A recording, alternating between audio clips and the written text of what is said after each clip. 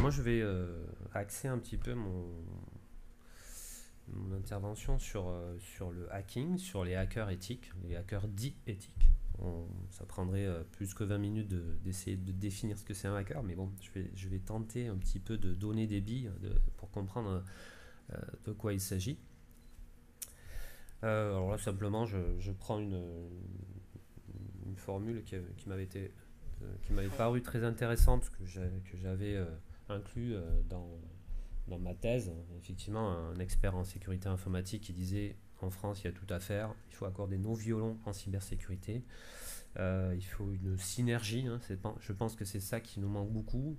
J'ai vu précédemment dans une slide cloisonnement ou volonté de décloisonner. Je pense que c'est effectivement une gageure à laquelle on doit faire face tous les jours dans les entreprises notamment. Alors je ne vais pas forcément développer le contexte, vous le connaissez.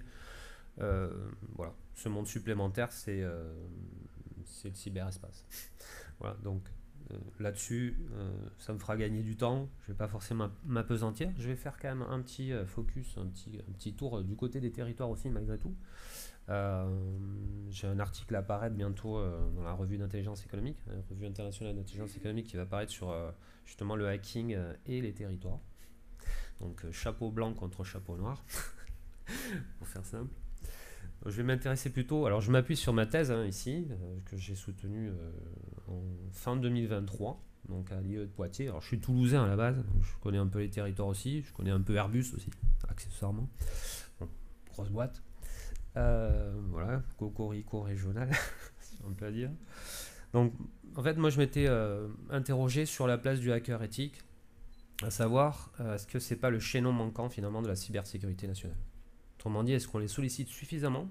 Et est-ce que derrière, on va dire, la communication, les éléments de langage, est-ce qu'on en fait suffisamment? Et surtout, est-ce que on va les recruter? Alors les services de renseignement, je ne doute pas. Mais est-ce que les entreprises, par exemple, pensent à ces acteurs-là? Est-ce qu'ils n'ont pas quelque chose à apporter, une plus-value supplémentaire? Alors, je vais me faire des ennemis, mais par rapport au RSSI, voilà, est-ce qu'ils n'ont pas quelque chose à apporter en plus? Alors, c'est l'écho qu'on en a. Notamment, j'ai fait une étude de cas assez approfondie sur les hôpitaux. Et on se rend compte qu'ils réclament de manière indirecte, ils réclament un acteur, on va dire, avec un esprit d'attaquant. Donc ça, tout de suite, ça paraît évident, on parle de hacker là. Voilà. Et donc, effectivement, les RSSI, les spécialistes de sécurité informatique en entreprise, savent faire leur travail, mais on le verra, ils ont des problèmes de budget pour ce faire. Et puis, il y a des problèmes de communication interne aussi. C'est-à-dire que les équipes d'informaticiens ne sont pas forcément comprises par les autres équipes, par les autres services en entreprise. Ça, c'est un vrai défi aussi, je pense, à relever. Voilà, donc je m'étais interrogé sur cette question. Quelle est la place des hackers? Est-ce qu'il existe un dispositif intelligent, au sens de l'intelligence économique, c'est-à-dire, est-ce qu'il existe en fait un système réticulaire, c'est-à-dire une forme de réseau où tous les acteurs sont en synergie, sont en communication, et notamment donc avec par exemple cet acteur particulier qui est le hacker. Voilà, donc j'étais parti sur 3 hypothèses, un peu basiques, un peu bateau. Est-ce que ça communique? Est-ce que ça incommunique? Ou est-ce que ça accommunique? Autrement dit, c'est un degré en fait, de niveau de communication. Est-ce qu'on est en train de co-construire un dispositif de cybersécurité nationale avec les hackers, et ne serait-ce qu'avec tous les acteurs, quoi qu'il en soit? Ça, c'est une question. Est-ce qu'on est dans quand même une coopération minimale et il y a des échanges?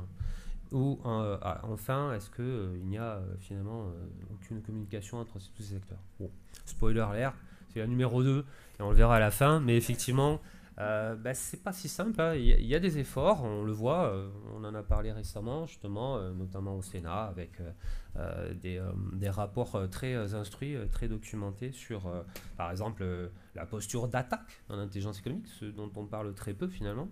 Donc ça me permet aussi de nourrir cette idée selon laquelle les hackers, ils ont précisément cet esprit d'attaquant. Alors je ne vais pas m'apesantir sur ma thèse, mais simplement ce qui nous intéressera, c'est peut-être pas celle de pas le petit champ de gauche en haut, parce que ça ne va pas parler à tout le monde, c'est de la science humaine. Mais voilà, en gros, qu'est-ce que j'ai fait dans le cadre de ma thèse? J'ai poursuivi en fait une expérience, une formation en autodidacte dans la cybersécurité, dans la sécurité numérique. Je me suis formé en pentesting notamment, donc là j'avais pour objectif de m'immerger en fait dans la tête d'un hacker, potentiellement, si c'est possible. Alors, je ne sais pas si je suis arrivé, mais un petit peu, je pense. Et puis j'en ai rencontré beaucoup, hein. Donc de ce point de vue-là, c'est vrai que ça m'a beaucoup nourri. Et ensuite, techniquement, je suis devenu moins mauvais ou meilleur. Voilà, donc j'ai réalisé beaucoup d'entretiens, effectivement, auprès des autorités, auprès des forces de sécurité. Alors, service de renseignement, c'est plus compliqué, mais au moins la police et la gendarmerie, dont je suis réserviste d'ailleurs, de la gendarmerie. Et donc, j'avais réalisé 4 études de cas. Alors, je ne vais pas les évoquer ici. Un petit peu les hôpitaux et les entreprises, notamment les PME. Donc, en 2 mots, voilà, mon pari, ça a été de réaliser une modélisation de l'intelligence économique. C'est comme ça qu'ensuite j'ai transposé l'intelligence économique au milieu cyber, et c'est comme ça que j'ai pu essayer d'évaluer le niveau de communication, de relation entre les acteurs justement de la cybersécurité, et notamment les hackers, et les autorités étatiques d'une part, et les entreprises d'autre part. Donc je vais passer assez rapidement là-dessus. Simplement, peut-être pour retenir davantage, ici, j'ai conçu une sorte de modèle de boussole qui guiderait les acteurs finalement privés comme étatiques dans cette recherche de la sécurité au sens large. Donc, quand on modélise les caractéristiques de l'intelligence économique, je suis arrivé à la conclusion qu'on peut établir en fait 2 types de boussoles. Une boussole, on va dire, philosophique et cognitive, c'est-à-dire quelle est la posture philosophique pratiquement d'une entreprise, par exemple, par rapport au milieu de la sécurité, par rapport à la menace, par rapport à la cybermenace. Et une boussole plus opérationnelle et pratique, c'est-à-dire qu'est-ce qu'on fait concrètement en termes d'action et de contre-mesures qu'on met en place pour justement garantir plus de sécurité. Voilà. Donc on arrive à ces 8 éléments qui me paraissent incontournables en réalité quand on fait de l'intelligence économique et qu'on va pouvoir en pratique appliquer au monde cyber. Voilà. Donc pour résumer, les 3 caractéristiques clés de l'intelligence économique seraient celles-ci, et on essaiera donc de les appliquer au cyber. C'est comme ça que j'ai essayé d'analyser justement l'intelligence cyber, puisque l'intelligence cyber c'est quoi? C'est tout simplement l'application de l'intelligence économique dans le milieu du cyberspace et dans le milieu de la cybersécurité. Voilà. Donc l'intelligence économique, c'est d'abord une posture philosophique. On parlait d'école de guerre économique, c'est la posture un petit peu Christian Arbulot, si vous voulez, pour faire simple. Ça fait le lien avec ce qu'on a dit précédemment. En deuxième point, l'intelligence économique, c'est une discipline d'action, c'est une discipline praxéologique. Donc dans le cyber, effectivement, on sait qu'on doit agir concrètement avec des solutions techniques, mais aussi évidemment avec une disposition d'esprit. Et enfin, c'est ce que finalement la thèse met en relief. Est-ce qu'on est capable de créer de la synergie? Est-ce qu'on est capable de communiquer à travers des réseaux pour assurer finalement cette espèce de fertilisation croisée entre les acteurs de l'entreprise, quel que soit le service, et notamment les acteurs de la cybersécurité, et en premier lieu les hackers. En fait, on se rend compte que les entreprises sont effectivement soumises à des efforts budgétaires, etc. C'est très compliqué pour elles. Et effectivement, la cybersécurité passe généralement en dernier, puisqu'il s'avère qu'à peu près 5% du budget global de l'entreprise est réservé aux aspects de cybersécurité. Voilà. Alors parfois, ils sont même amalgamés avec l'informatique, donc je ne vous raconte même pas le niveau de pourcentage. Donc je vais passer rapidement là-dessus, hein, ça fait beaucoup trop long, et effectivement ça passe très vite. Voilà, donc je vais... là où je voulais en venir surtout, c'est que les hackers noirs, je pense que vous avez une vague idée de ce que c'est. Donc des cybercriminels ou des cybercorsaires, c'est-à-dire qu'ils ont des objectifs à la fois géopolitiques ou criminels ou criminels. On a vu par exemple depuis la guerre en Ukraine que certains groupes qui n'étaient pas forcément associés formellement au Kremlin s'étaient révélés et n'avaient plus de complexe à le signaler, notamment je pense à Logbit pour parmi les plus connus. Alors là où ça peut être intéressant, c'est quand même de parler des hackers gris dans le sens où, euh, autant le faire maintenant, qu'est-ce qu'un hacker éthique? C'est un hacker légal avant tout. Donc, ok. Donc ça veut dire qu'il a une éthique peut-être, mais c'est pas forcément celle des entreprises, c'est pas forcément celle des États. Et donc l'éthique peut varier d'un acteur à l'autre. En revanche, il est légal. Ça veut dire que contractuellement, il est associé à une entreprise, à une entité publique, et il a le droit effectivement de tester ses sécurités en la piratant tout simplement. Le hacker gris finalement c'est un acteur qui est un petit peu entre les deux, entre le noir et le blanc, c'est-à-dire entre le légal et l'illégal. Souvent, en tout cas c'est le témoignage de plusieurs policiers, de gendarmes, de hackers eux-mêmes. Le hacker gris est sans doute le meilleur des hackers en fait. C'est-à-dire qu'il combine à la fois le côté éthique en partie, après ça dépend de la cause soutenue, mais il a aussi pour lui ses compétences très élevées. Voilà. Alors c'est pas pour dénigrer les hackers éthiques d'aujourd'hui, mais si vous voulez, la nouvelle génération, ils sont forcément formatés au légal, à la légalité. Donc ils n'ont pas forcément ce mindset que certains hackers un petit peu moins pur sucre blanc peuvent avoir. Donc souvent le témoignage des experts, c'est de dire que les hackers éthiques sont souvent le meilleur niveau. Alors évidemment, la difficulté, c'est qu'il faut savoir s'en servir de manière légale, et ça pose un vrai sujet. Donc j'avance un petit peu là-dessus.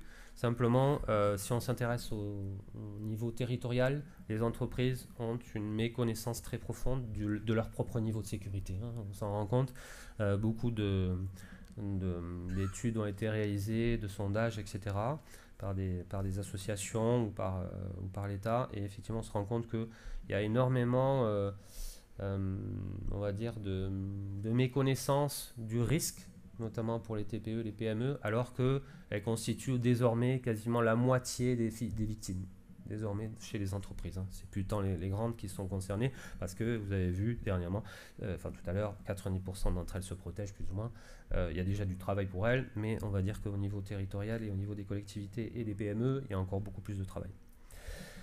Je suis un peu bouleversé, c'est le temps, hein, c'est la pression du temps qui me pose problème. Alors j'aurai pas le temps, vous aurez accès au support, de toute façon vous pourrez lire plus en détail.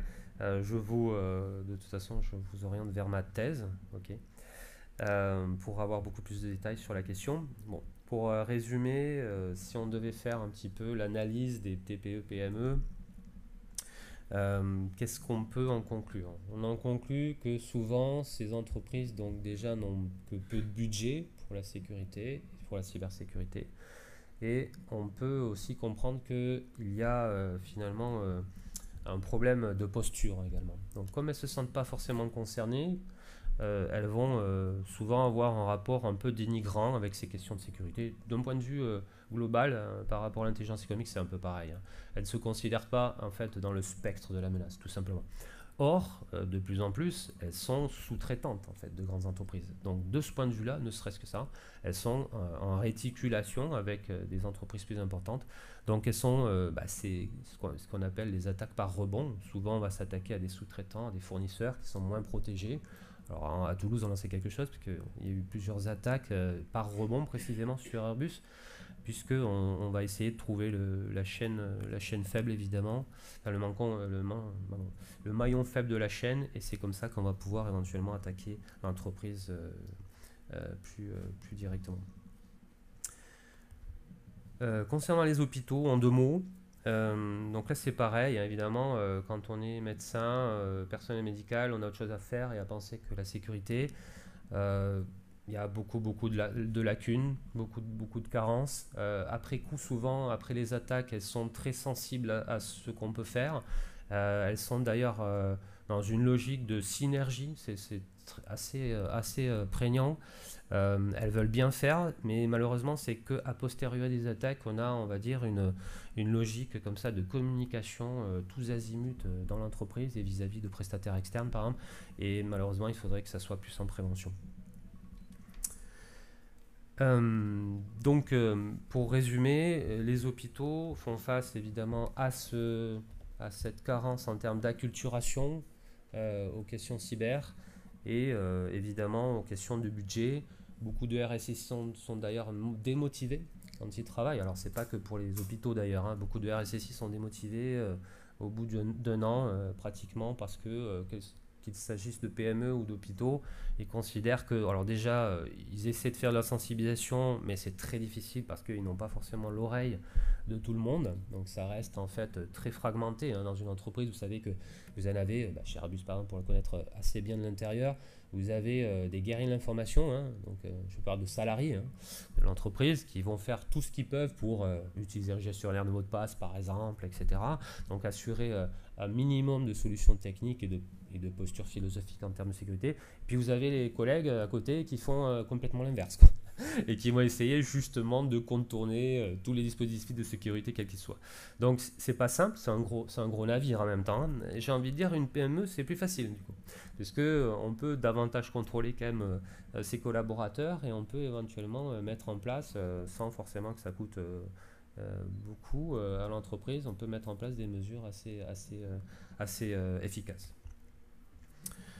Donc pour résumer, si on devait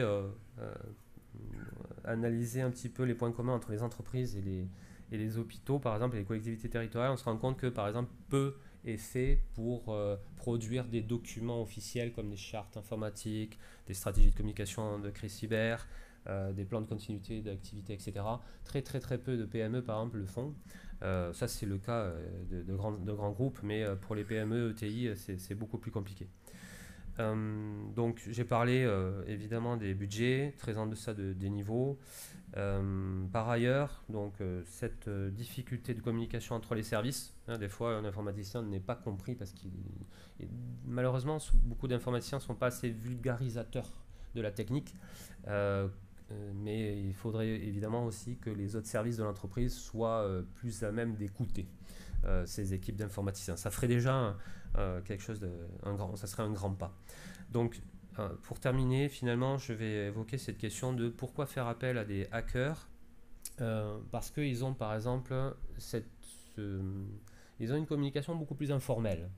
Que les grands cabinets par exemple de cybersécurité. Donc ils peuvent éventuellement être plus proches notamment des PME dans ne serait-ce que la manière de communiquer. Ensuite, ils ont évidemment cet esprit d'attaquant, ce que n'ont pas forcément tous les RSSI, voire même ils ne l'ont pas du tout parce qu'ils sont plutôt dans une posture de défense. Et si on devait parler si je devais rebondir sur les études, donc en cybersécurité, déjà il y a très peu finalement de modules de pentesting dans les universités. Alors ça existe de plus en plus dans les écoles d'informatique en tout cas, mais généralement le volume horaire est très limité. Donc le pentesting c'est très complexe, ça demande énormément d'expérience, donc on ne peut pas faire en fait de RSSI des experts de l'attaque. Donc de ce point de vue-là, ne serait-ce que ça, les hackers ont une plus-value à apporter au groupe, de quelque taille qu'il soit, mais effectivement aussi aux PME notamment. Voilà, donc dans ma thèse, je préconise la chose suivante pour assurer un peu plus, on va dire, de cybersécurité systémique, c'est-à-dire, oui, ça tombe bien, donc voilà, la préconisation est la suivante, c'est la création d'un état-major d'intelligence économique dans lequel serait enchâssé un état-major d'intelligence cyber. Voilà. Donc on aurait peut-être un dispositif réticulaire qui assurerait une synergie assez importante et qui pourrait ensuite évidemment en les reliant à tous les acteurs économiques. Alors je parle par exemple de société éconumérique. Une société éconumérique, ça serait un peu comme une société de commerce dans l'intelligence classique, dans l'intelligence économique classique, ce qu'ont beaucoup fait les Japonais et l'Allemagne par exemple. Ça c'est très important parce que c'est des maillons très intermédiaires entre les territoires et les autorités de l'État. Et pourquoi pas, donc ces hackers éthiques ruraux, je ne sais pas, pourraient intervenir et s'insérer dans ces dispositifs territoriaux pour apporter cette plus-value à des PME qui sont moins habituées à ce type de profil. Voilà, je vous remercie.